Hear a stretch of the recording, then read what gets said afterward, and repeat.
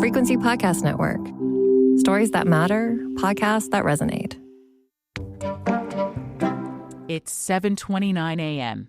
You are parked outside the daycare you can barely afford so that your kids can be the first ones in the door when it opens at 7:30. You've already had quite a day between getting yourself up and dressed and getting the kids ready, and the real ordeal is just about to begin. The grinding, stop-and-go, stressful and boring at the same time, hour-long commute into the city just to sit at a desk in an overcrowded office and try not to get distracted by all the activity and voices around you.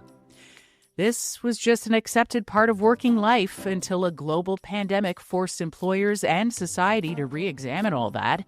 We learned to collaborate without being in the same room, to stay productive even when the boss isn't looking over our shoulders, and to better manage our time for a healthier balance between work and life. Fast forward 6 years, your life has changed. Maybe you've moved or expanded your family. You've adapted your routine around not having to commute every day, only to be told you have to come back.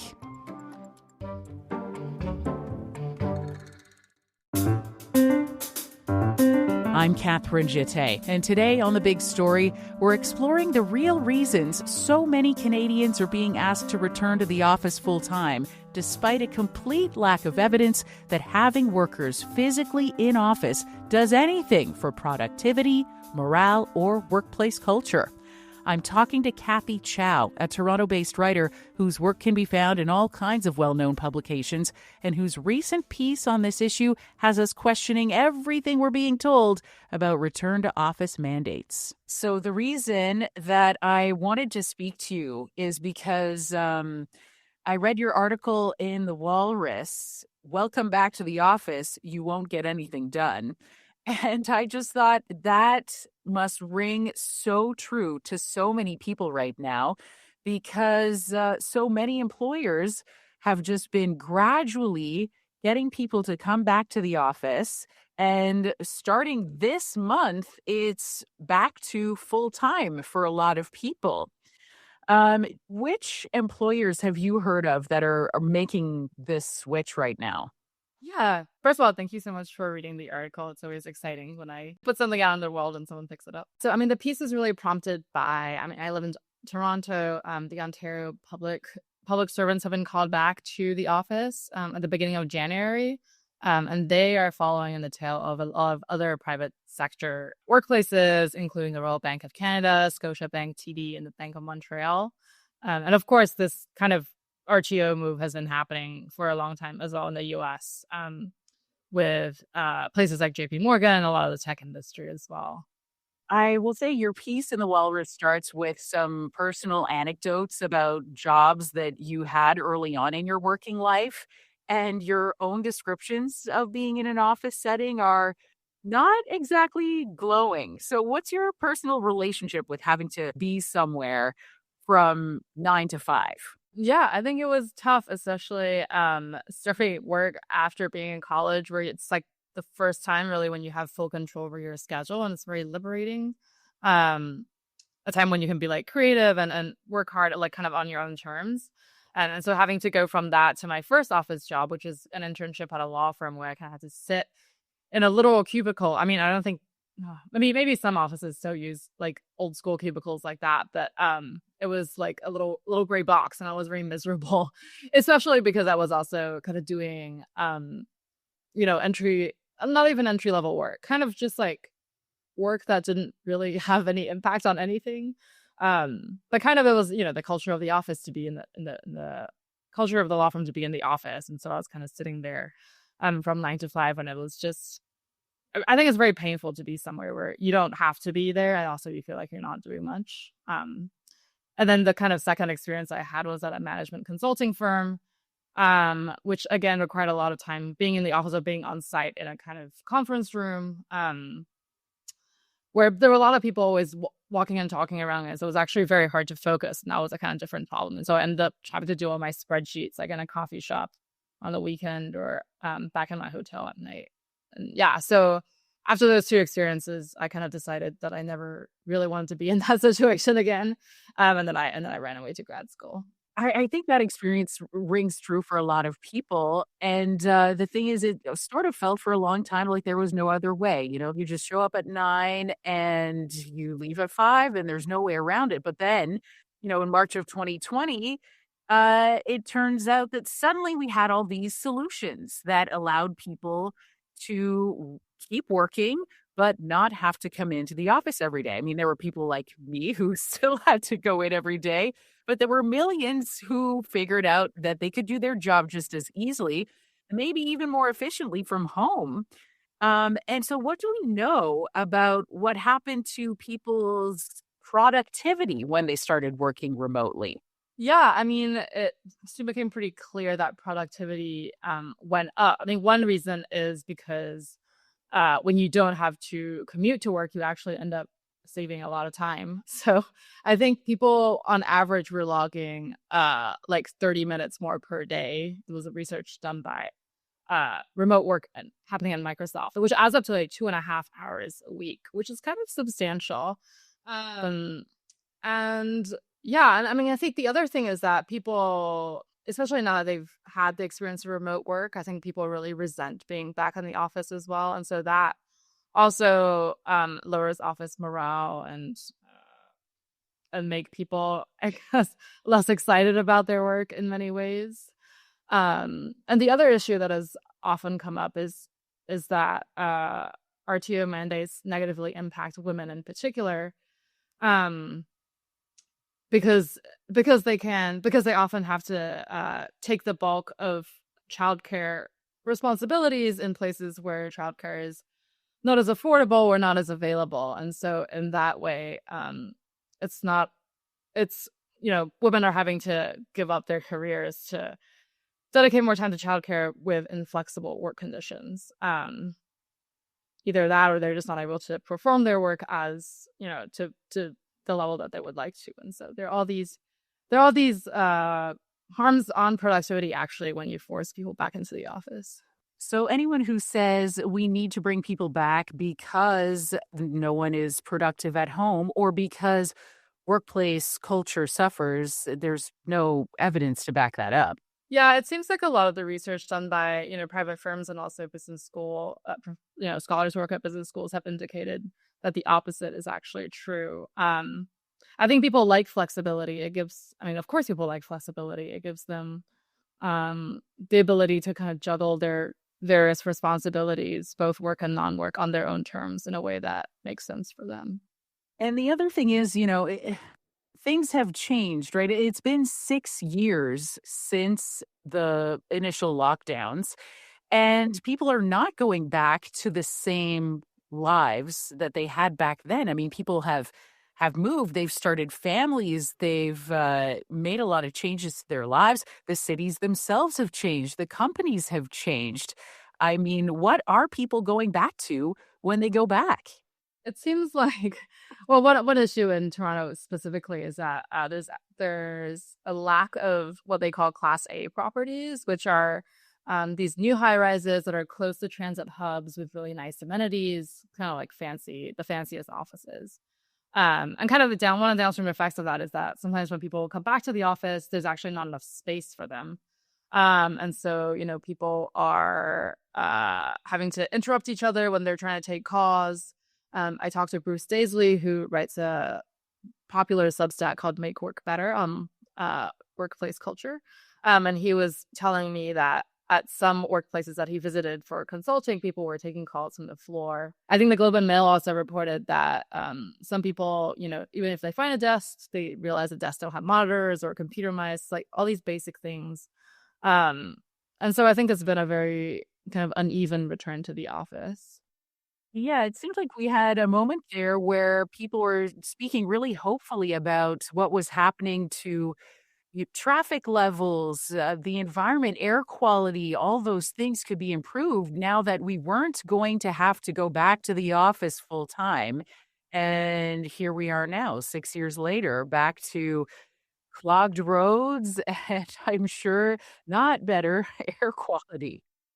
Yeah, it does seem pretty frustrating. And I mean, I think I'm pretty new to Toronto, but I take it that the traffic problem has been a problem for a while.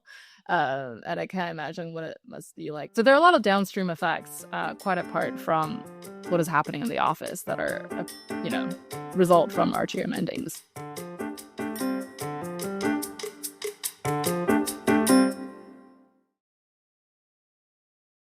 Well, if what we're hearing is it isn't better for the bottom line, companies are not making more money, they're not seeing their employees be more productive.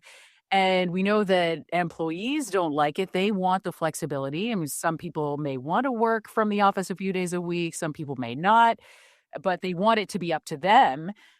So if it's not improving things for companies and employers, it's not improving things for workers. What is the bottom line here? What are we doing forcing everyone to go back to the office? Yeah, that's kind of the question that I had going into writing the essay. And what I end up arguing is that the return to the office mandates are not really about productivity or improving the bottom line, but they are about controlling people. And so in the essay, I kind of talk a little bit about the history of the cubicle. So the cubicle actually comes from this thing called the Action Office, which was designed by the American designer furniture brand Herman Miller, which has become famous for, you know, the mid-century modern chic aesthetic.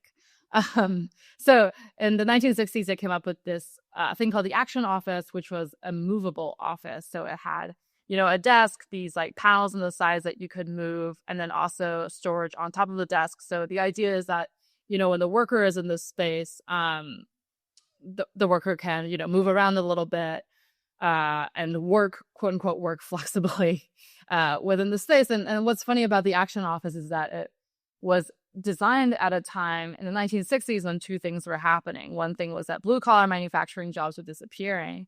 And the other thing was that there was a kind of robust countercultural movement that was happening. And so I argued that, you know, the dawn of the cubicle, the Action Office, the kind of precursor to the cubicle, the Action Office, was a design that was used to kind of organize people, to contain that countercultural energy for the worker, so that, you know, the worker can move around, right? There's a bit of flexibility there, but actually what the worker is really doing is just, you know, working for the company. And so with this lineage of the cubicle, I argue that the office, the modern office, it might look very different, but it kind of functions in the same way. That is a space that you go to get into a certain mindset. You know, when you're at the office, you're around other people who are watching you. That creates a kind of, you know, pressure to work, or at least pretend like you're working, or pretend like you care about the company or whatnot. And also, like, you're cut off from the rest of your world. Like, you can't just go and make a lunch or or clean your house, like clear your head. You kind of have to be there, right? You're physically contained, and so you have to kind of, it conditions you to stare at a computer, even if doing so is not necessarily conducive to what you were hired to do. But basically, it kind of controls what you're thinking about or trying to think about. Talk to me more about this idea of control. Is the idea that maybe if you're at the office physically and your boss or your colleagues can walk by your screen at any given moment, that you're not going to be maybe looking for other jobs? Yeah, I mean, for sure, you're not going to be looking for other jobs or even thinking about other things. I mean, one of the things that I emphasize is that even though there's all this control, it doesn't, as we already discussed, like necessarily make someone more productive. It does make them a little more paranoid. Um, but the other side of this kind of sense of control is that it really it really exhausts people in a way that even when you get home, you're not really thinking about like creative ways in which you can find joy in life. I mean, this is kind of the big argument of the piece. Is that the office is also kind of hand in hand with a consumer society. So basically, because people are so tired, oftentimes, you know, if you think about working a whole day in the office and coming home, a lot of times people only have really the energy to like turn on TV or like, you know, buy something online, right? Like these are kind of quick fixes to the exhausted modern day worker for the exhausted modern day worker. And I argue that, forcing people to return to the office also has this kind of nefarious effect of limiting our imagination of what other kinds of societies are possible. And it's interesting you say that because the premier here in Ontario did mention when asking all the public sector employees to come back to the office, all the downtown businesses that he sees are empty since people have been working from home. So it's interesting that his solution to encouraging those businesses is not necessarily initiatives to help them, but forcing people back so that they are forced to patronize those businesses. Yeah, right. And that is also really interesting. And I think about and it makes you think about like what kinds of businesses are prioritized in this kind of model and what kinds are not. I mean, think of right, the rent in downtown Toronto is probably it's super high. And so the kinds of I think there are a lot of like, chain eateries like a Sweet Green or something. So it seems like businesses with big kind of corporate backing are able to thrive in downtown Toronto because not all these people are being forced back into that area. But then the businesses that aren't flourishing would be, the kind of mom and pop cafes that are like in the suburbs or like closer to where people are living. Yeah, that's interesting because if you're downtown getting your lunch from a chain spot in the path, you're clearly not home in the suburbs patronizing the small business near you. Yeah, exactly. I just feel like every time I go downtown, it's just well, there's some fun things there, but a lot of times it depresses me about the kinds of like food offerings that are available there. I mean, I love downtown, but it does seem like there's probably another way to encourage downtown businesses that isn't, forcing people to shop there because they have no choice but to be stuck at their desk between the hours of 9 and 5 every day. But what is the answer, do you think, for people who are being asked to go back? How are people approaching this? Is there resistance? Are people just begrudgingly fine getting into the car, getting onto the train, or are people finding ways around this? Yeah, I think the rollout has been kind of uneven. A kind of notorious case, JP Morgan in the US, the workers circulated a petition against the RTO mandate. That was Jamie Dimon, who's the CEO of JP Morgan, did not look kindly on that. And that, I'm not sure that went anywhere. But in other cases, I think people are quietly bucking the mandate when they can.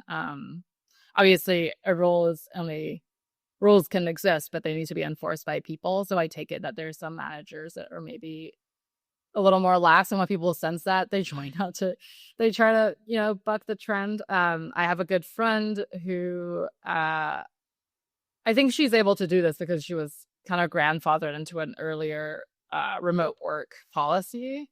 But basically she just works from home and, only works 5 hours a day and then spends for free time doing other things and has a lot more flexibility around her own schedule. So I think it's been uneven. A lot of it is down to luck, what kind of manager you have or what kind of workplace you're at. And some people, I guess, are finding new jobs. So obviously in this economy, that is becoming increasingly difficult. And employers know that they're using that as leverage to get people back in the office. Is this the kind of thing where people will start doing things like maybe taking more sick days? Like ordinarily, maybe you had the sniffles, but you could have worked from home in your pajamas. Now, if you have to get up early, get on a train, get downtown, get dressed and face people face to face, you're just going to take a sick day. Yeah, that makes a lot of sense. I hope that people have generous sick leave policies because otherwise it is very agonizing to be stuck in an office while you're not feeling so hot. Well, thank you very much. I really enjoyed the piece. I think it's very timely because it's exactly what so many people are going through right now, right across the country, trying to rearrange their lives after 6 years of having this flexibility. So I think this is going to, a lot of people are going to be interested in this topic. And I'm really grateful you could join us today. Yeah, thank you so much for having me on the show. And that was The Big Story. We'd love to hear your thoughts on this conversation. Send us an email at hello@thebigstorypodcast.ca. Reach us on Instagram at FrequencyPods or on Blue Sky at The Big Story. If you know someone that might enjoy this episode, be sure to send it to them. You can listen to The Big Story every day on the Seeker app or wherever you get your podcasts. Maria Costain is our lead producer. Diana Kay is the head of strategy and content. Desi Nair is the manager of podcast operations. I'm Catherine Jette. Thanks for listening.